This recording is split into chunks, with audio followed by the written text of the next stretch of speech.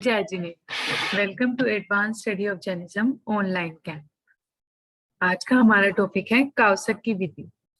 आज हम काउसक के बारे में जानेंगे। काउसक यानी अपने शरीर को थोड़े समय के लिए स्थिर रखना, यानी अपनी बॉडी को थोड़े टाइम के लिए हिलाना नहीं है, एक ही जगह स्थिरता के साथ बैठना है, एक ही जगह स्थिर रहना है। इसके लिए सर्वप्रथम प्रज्ञासन अथवा सुखासन में बैठ जाएं।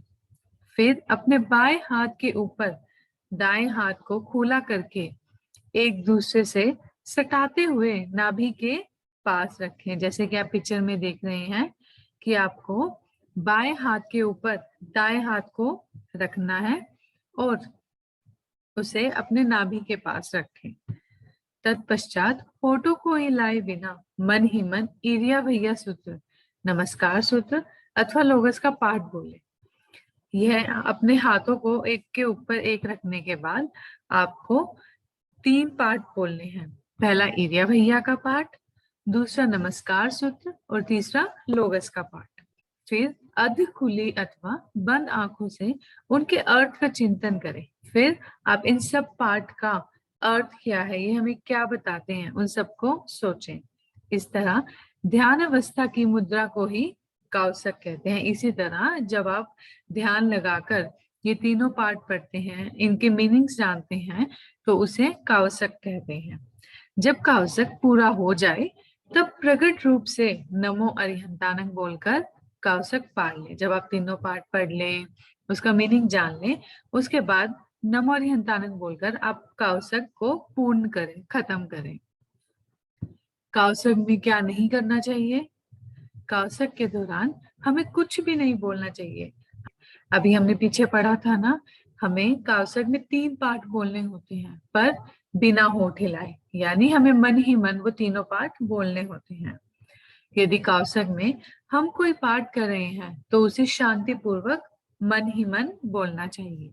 काया में स्थिर, वचन से मौन, मन से धर्म ध्यान करते हुए अपने पेट की नाभि के समीप बाएं हाथ के ऊपर दाएं हाथ को रखकर अपनी आंखों को अध खुला अथवा बंद करके लोगस के पाठ से परमात्मा को याद करना ही काउसक कहलाता है। तो बच्चों, काउसक करने से क्या फायदा होता है, इसके लिए हम आपको गत सुकुमार की कहानी सुनाते हैं। गत सुकुमार। बच्चों, कृष्ण महाराज का नाम तो तुम सभी ने सुन ही रखा होगा। एक बार की बात है, 22वें तीर्थंकर श्री नेमिनाथ भगवान द्वारिका नगर के बाहर पधारे। तब कृष्ण महाराज अपने छोटे भाई गत सुकुमार एवं अन्य परिवार जनों के साथ आए, यानी उनके और फैमिली मेंबर्स के साथ आए और भगवान का उपदेश सुनने समव समरण में शांति पूर्वक बैठ गए। यानी वह तीर्थंकर नेमिनाथ भगवान का पाठ सुनने, उनके मुख से धर्म की बातें सुनने, उपदेश सुनने वह अपने पूरे परिवार के साथ आए और शांति पूर्वक आकर उनके पास बैठ गए। भगवान नेमिनाथ का उपदेश सुनकर गत सुकुमार को वैराग्य हो गया, यानी गत सुकुमार को संत बनने की इच्छा हुई। उन्होंने तुरंत ही दीक्षा लेने का मन बना लिया। उन्होंने जभी की जभी दीक्षा लेने की सोची। प्रभु का उपदेश पूरा होते ही वह श्री नेमिनाथ भगवान के निकट आए और अंजलिभूत प्रणाम करके बोले, भगवान, मैं आपकी हृदय स्पर्शी वाणी से प्रभावित होकर माया रूपी संसार का परित्याग करना चाहता हूँ। मैं आपकी वाणी से, आपके उपदेश से इतना प्रभावित हुआ हूँ कि मैं इस संसार का त्याग करना चाहता हूँ।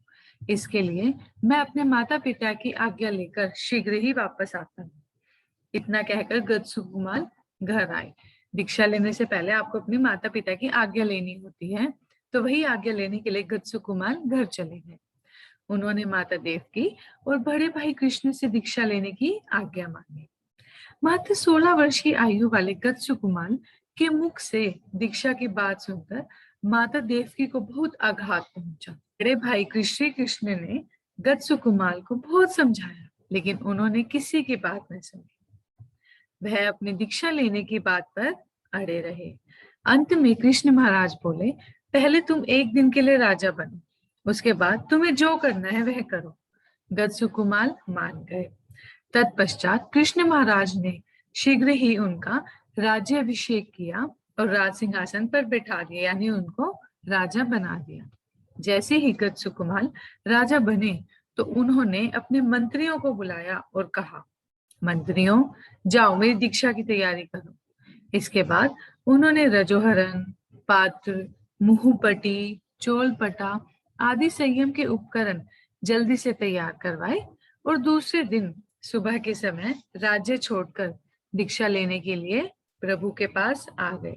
यानी जैसे ही वो राजा बने, उन्होंने अपने मंत्रियों से कहा कि आप मेरे अगले दिन में दीक्षा लूंगा, आप मेरे दीक्षा लेने की तैयारी कीजिए। देखा भगवान के एक उपदेश ने क्या कमाल कर दिया।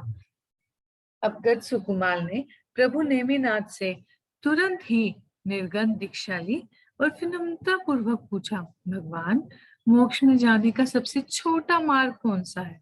भगवान ने कहा, यदि साधु की 12वीं काउसक नाम की प्रतिमा का ध्यान किया जाए तो जल्दी से जल्दी मोक्ष को प्राप्त किया जा सकता है, लेकिन यह ध्यान शमशान में जाकर करना होता है। इस तरह ध्यान में समस्त नियमों को समझकर गतसुकुमाल संध्या के समय ही शमशान में पहुंच गए। उन्हें न तो कोई डर था और न ही कोई चिंता। देखा कितने निडर थे अपने बाल गतसुकुमाल। तुम्हें भी उनकी तरह निडर बनना चाहिए। शमशान पहुंचकर गतसुकुमाल मुनि काउसक मुद्रा धारण कर ध्यान में स्थिर खड़े हो गए। थोड़ी ही देर में संध्या से रात होने लगी। चारों तरफ अंधेरा छाने लगा। इतने में वहां से सोमिल नाम का एक ब्राह्मण जा रहा था। जब उसने काउसक में लीन गतसुकुमाल को देखा, तभी उसके हृदय में पूर्व भव का वैर जागृत हो गया। उसे याद आया, अरे आज सुबह तो कृष्ण महाराज ने इसके साथ मेरी बेटी सोमा का लगन पक्का किया था और यह यहाँ शमशान में साधु बनकर बैठ गया। इसने तो मेरी बेटी का जीवन बर्बाद कर दिया। लाओ, आज मैं इसे सबक सिखाता हूँ। ऐसा विचार कर सोमिल ब्राह्मण ने गतसुकुमाल मुनि के मुंडित मस्तक पर मेड़ बनाई और उसमें जलते हुए अंगारे भर दिए। देखते ही देखते मुनि का मस्तक गर्मा गर्म अंगारों से जलने लगा। कितना गर्म लगा होगा ना मुनिराज को। विचार कर सोमिल ब्राह्मण ने गतसुकुमाल मुनि के मुंडित मस्तक पर मेड़ बनाई और उसमें जलते हुए अंगारे भर दिए। देखते ही देखते मुनि का मस्तक गर्मा गर्म अंगारों से जलने लगा। कितना गर्म लगा होगा ना मुनिराज को। कितनी क्रूरता। उसके दिल में मुनिराज के प्रति जरा भी दया अथवा अनुकंपा नहीं आई। इस भयंकर उपसर्ग के बावजूद नव दीक्षित बाल मुनि गतसुकुमाल काउसक ध्यान में स्थिर खड़े रहे। वह जरा भी अपने स्थान से विचलित नहीं हुए। उन्हें बहुत गर्म लग रहा होगा, पर वह अपने स्थान से विचलित नहीं हुए। काउसक में यदि हम बैठे हों और एक मक्खी या मच्छर हमारे ऊपर बैठ जाए तो बताओ हम क्या करेंगे? काउसक तोड़कर उसे भगाने की कोशिश करेंगे? क्या हमें ऐसा करना चाहिए? नहीं, हमें ऐसा नहीं करना चाहिए। हमें काउसक में स्थिरता पूर्वक बैठना चाहिए और मुख से एक भी शब्द नहीं निकालना चाहिए। यह तो गतसुकुमाल मुनि थे जो इस घोर उपसर्ग में स्थिर पर्वत की भांति खड़े रहकर विचार करने लगे। भले ही मेरा मस्तक जले अथवा पूरा शरीर जलकर भस्म हो जाए, फिर भी मैं अपना ध्यान भंग नहीं करूंगा। मुझे अपनी आत्मा पर लगे कर्मों को जलाना है। इसके लिए मुझको संभव और शांति रखकर धैर्य पूर्वक अपनी आत्मा का ध्यान करना होगा। यह सब गतसुकुमाल अपने मन के अंदर सोच रहे थे। हाँ, जब उनके मस्तक पर जलते हुए अंगारे भर दिए गए थे। बस ऐसा विचार कर गतसुकुमाल मुनि ध्यान अवस्था में खड़े रहे। थोड़ी ही देर में अंगारों के साथ गतसुकुमाल